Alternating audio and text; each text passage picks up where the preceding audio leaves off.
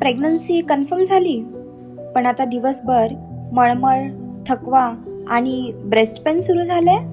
घाबरू नका. हे 5 ते 8 आठवड्यांमध्ये अगदी नॉर्मल असू शकतं. प्रेग्नन्सीच्या 5 ते 8 आठवड्यांमध्ये हार्मोनल चेंजेसमुळे काही कॉमन सिम्पटम दिसू शकतात, जसं की मॉर्निंग सिकनेस म्हणजेच मळमळ किंवा उलट्या होणं, ब्रेस्ट टेंडरनेस म्हणजेच स्तन जड किंवा दुखणं, खूप थकवा, फ्रिक्वेंट युरिनेशन, मूड स्विंग्स आणि काही महिलांना ब्लॉटिंग, हेडेक किंवा एक्स्ट्रा सलायवा देखील जाणवू शकते. हे सिम्पटम प्रत्येक महिलेमध्ये वेगवेगळे असू शकतात. पुढच्या एपिसोडमध्ये 9 ते 12 आठवड्यांमधले सिम्पटम्स जाणून घेऊया.